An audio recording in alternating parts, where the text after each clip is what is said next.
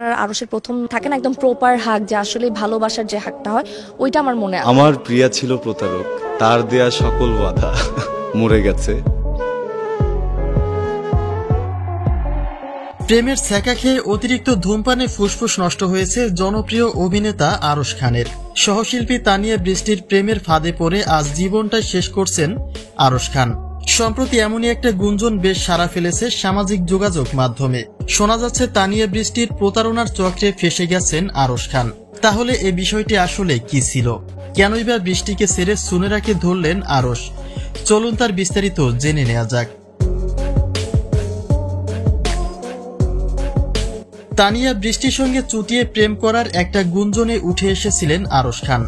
ছোট পর্দায় তাদের জুটি বেশ জনপ্রিয়, আর সেই জুটি থেকেই প্রেমের গুঞ্জন উঠে আসে।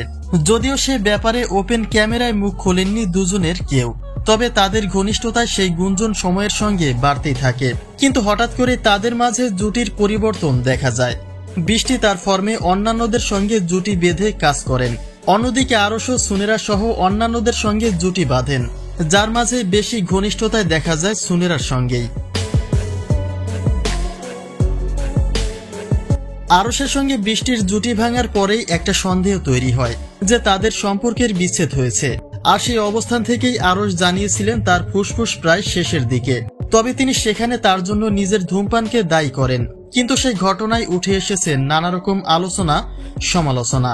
সোশ্যাল মিডিয়ায় একটা খবর বেশ নাড়া দিয়েছে যে ধূমপানে ফুসফুস গেলেও সেই অতিরিক্ত ধূমপানের কারণ তানিয়া বৃষ্টি, কারণ সে আরশকে ধোঁকা দিয়েছে।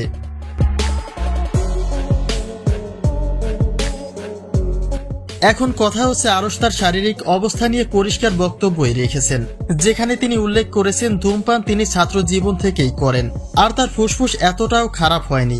তিনি মূলত ধূমপান প্রেমীদের সতর্কমূলক একটা বার্তা দিয়েছেন।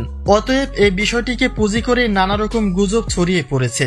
তিনি কার সঙ্গে প্রেম করছেন, কে তাকে ধোঁকা দিচ্ছে, কে তাকে সাপোর্ট দিচ্ছে, সে সম্পর্কে কখনোই কোনো মন্তব্য করেননি আরশ। তাই অনুগ্রহ করে গুজবে কান দিয়ে তাকে নিয়ে কেউ বাজে মন্তব্য করবেন না।